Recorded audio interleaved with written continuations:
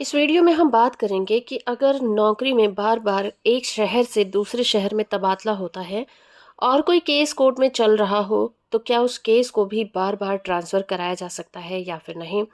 ये केस है Allahabad high court का और इसका टाइटल है Surabhi Saxena versus Rahul Shrivastava and another case.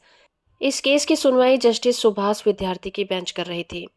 ये मामला ट्रांसफ़र पिटीशन का है। इस केस में दो मुद्दे शामिल हैं।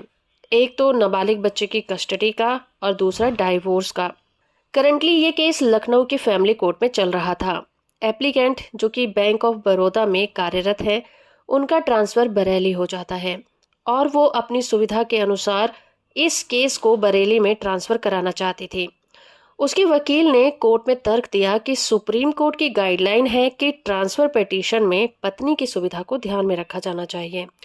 लेकिन अपोजिट पार्टी ने तर्क दिया कि एप्लीकेंट की नौकरी ही ऐसी है जिसमें बार बार ट्रांसफ़र होता रहता है और उनका नाबालिग बच्चा स्थायी रूप से लखनऊ में रहता है और वहीं पढ़ता है और ये केस भी वहीं चल रहा है। तो मेन कानूनी मुद्दा इस बात का था कि क्या पत्नी की नौकरी का बरेली में ट्रांसफ़र होना और उसके केस को भी ट्रांसफ़र करने का आधार बनता है। सुप्रीम कोर्ट ने देखा कि पत्नी की नौकरी ही ऐसी है कि उसका बार बार ट्रांसफ़र होता ही रहेगा और उसका घर भी वहीं है और बच्चे की स्कूलिंग भी लखनऊ में ही हो रही है और केस भी लखनऊ में ही चल रहा है। इसलिए ट्रांसफ़र होने वाली नौकरी के आधार पर केस का बार बार ट्रांसफ़र होना संभव नहीं है। इसलिए हाई कोर्ट ने महिला की याचिका को खारिज कर दिया।